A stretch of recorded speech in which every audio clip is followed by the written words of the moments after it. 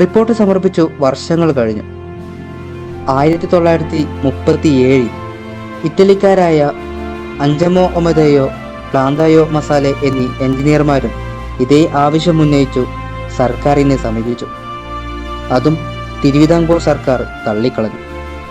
അങ്ങനെ 1961 അണക്കെട്ടിന്റെ രൂപകൽപ്പന തയ്യാറാക്കി. 1963 അണക്കെട്ടിന് കേന്ദ്ര ആസൂത്രണ കമ്മീഷന്റെ അംഗീകാരവും കിട്ടി. നിർമ്മാണത്തിന്റെ മുഴുവൻ ചുമതലയും അന്നത്തെ വൈദ്യുതി ബോർഡ് ഏറ്റെടുത്തു. സാധാരണ ഡാമുകളെക്കാൾ വ്യത്യസ്തമായിരുന്നു ഇടുക്കി ഡാമിന്റെ രൂപം. കമാന ആകൃതിയായിരുന്നു അതിന്റെ കാരണം.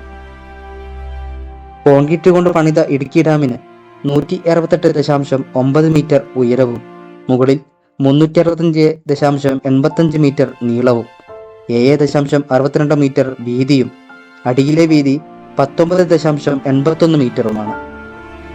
Passport diaries Malayalam.